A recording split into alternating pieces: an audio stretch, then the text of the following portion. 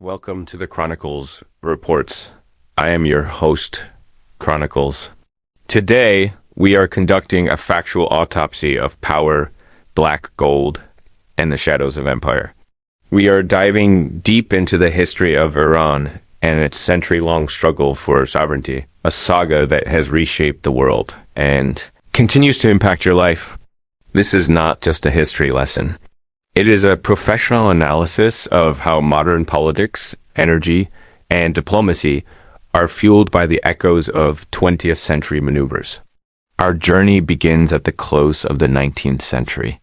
The British Empire, then the most formidable force on the planet, faced a silent crisis. They lacked a domestic oil company.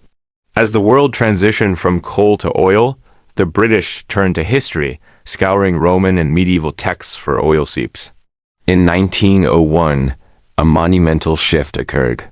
The Qajar dynasty, then ruling Iran, signed a staggering deal creating the Anglo-Persian Oil Company. This concession gave Britain a massive 84% share of the profits, leaving Iran with a meager 16%. Why would a nation trade its future so cheaply? Historians point to potential influences on the Qajar leaders, including a reported addiction to British opium or a fundamental lack of understanding of the oil's value. To truly analyze the arguments behind Iranian nationalism, we must explore its cultural and linguistic roots. In 1500, the Safavid dynasty made a calculated, strategic decision to convert Iran to Shia Islam. This was far more than a religious shift. It was a linguistic defense mechanism. By creating a religious barrier, they preserved the Persian language and identity, while others saw indigenous languages replaced by Arabic. By 1950, a transformative figure rose to power, Mohammad Mossadegh. A staunch nationalist, he sought to democratize Iran and nationalize its oil. He took the bold step of expelling the British embassy, identifying it correctly as a hub for espionage. However, the British found an ally in the United States. Under President Eisenhower, the CIA orchestrated Operation Ajax to overthrow the government. CIA operative Kermit Roosevelt utilized bags of cash to hire day laborers for fake protests. This manufactured chaos turned the merchant class against Mossadegh. Following the coup, the Shah pushed Iran toward extreme westernization. By the 1970s, Tehran was famously dubbed Little United States. However, this rapid shift created a cultural backlash.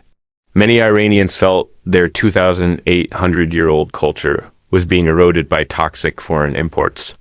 This, combined with the brutality of the Shah's secret police, Savak, set the stage for the 1979 revolution.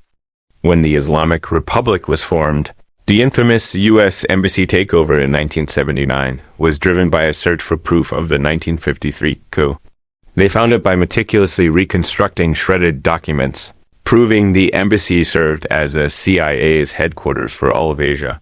The subsequent Iraq War, where the U.S. supported Saddam Hussein, cost millions of lives and solidified the theocratic identity of resistance. In the modern era, the nuclear deal of 2015 offered a path toward de-escalation. However, the subsequent U.S. withdrawal undermined reformers.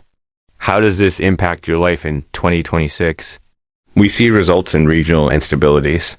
Strikes on energy infrastructure threaten to plunge the global economy into depression. History demonstrates that sanctions and pressure rarely collapse a state. Instead, they often bolster national resolve. Every time you pay for fuel, you see the threads of this history. To move forward, we must understand the balance between sovereignty and resources. Knowledge is our greatest defense. Stay informed. Stay professional. This has been the Chronicles Reports.